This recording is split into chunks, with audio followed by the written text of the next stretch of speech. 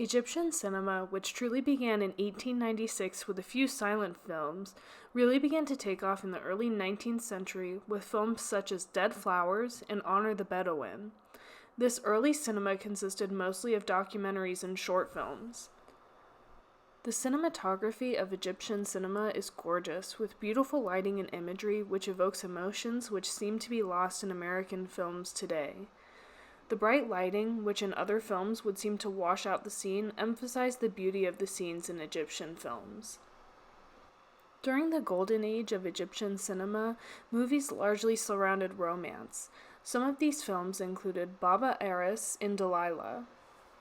Baba Eris discusses a man who leaves his family in pursuit of a woman who he has fallen in love with. His family disapproves of his actions and tries to bring him back to the family while dealing with other twists along the way. Delilah follows a man who is very in love with a woman who grows ill, and he tries to raise money to pay for her treatments. Delilah is a movie I'm sure I could not make it through without crying. Egyptian cinema has exploded, with over 4,000 movies in circulation. With films such as Asma, which discusses a woman who is dealing with her life as an AIDS patient, and Leisure Time, which discusses the sexualization of youth and society today. Overall, Egyptian films are breathtaking, with beautiful storylines and cinematography to go with it. At this point, I wanted to take a few minutes specifically to discuss the film Asma. The story is, of course, endearing and captivating, but something which I truly think sends the movie forward is the camera work and the acting.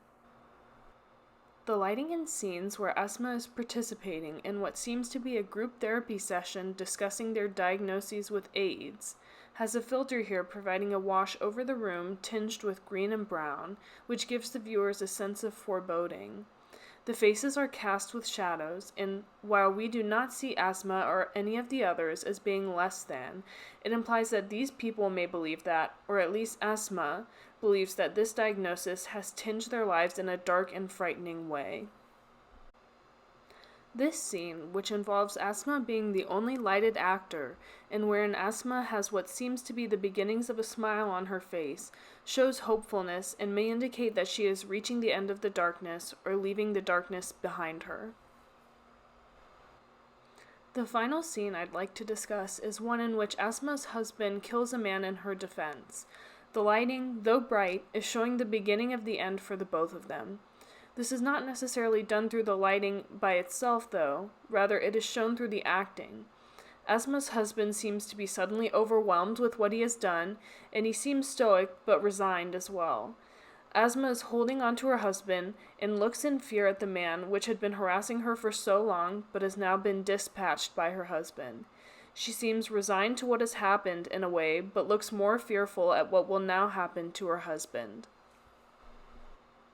This film is a stunning array of imagery and emotions, which keeps the viewer captivated to the end.